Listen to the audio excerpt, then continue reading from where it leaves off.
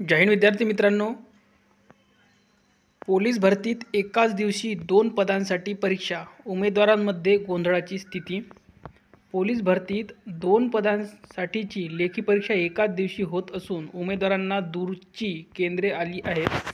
मुंबईच्या एका टोकापासून दुसऱ्या टोकाला अवघ्या अर्ध्या तासात कसे पोहोचायचे असा पेच उमेदवारांसमोर उभा राहिला आहे.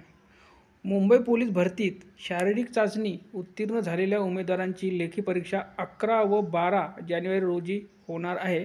पोलीस शिपाई कारागृह, पोलीस शिपाई चालक या 3 पदांसाठी परीक्षा होणार आहे.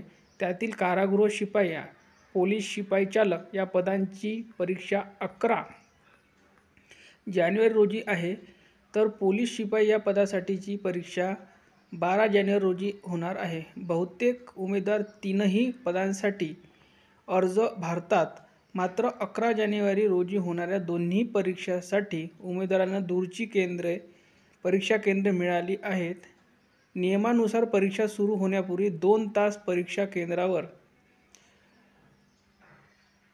पोहोचण्याचे अनिवार्य आहे. एका उमेदवाराला पहिल्या परीक्षेसाठी विक्रोळी येथील केंद्र मिळाले आहे, तर दुसऱ्या परीक्षेसाठी मालाड येथील केंद्र आहे. रेल्वे, बस अशा कोणत्याही माध्यमातून दुसऱ्या परीक्षेचे केंद्र गाठण्यासाठी तासापेक्षाही अधिक कालावधी लागतो. असे असताना 2 टोकाच्या उपनगरांमधील केंद्रात अर्ध्या तासात कसे पोहोचायचे असा प्रश्न उमेदवारांना पडला आहे. अनेक उमेदवार ग्रामीण भागातील आहेत, काही पहिल्यांदाच मुंबईत येणार आहेत. मुंबईतील रहदारी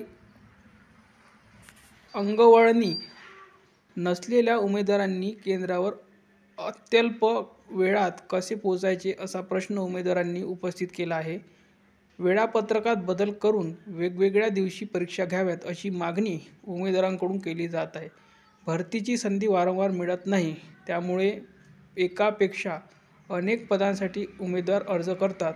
त्यामुळे एका परीक्षा गमावण्याची वेळ येणार असल्याचे उमेदवाराने सांगितले.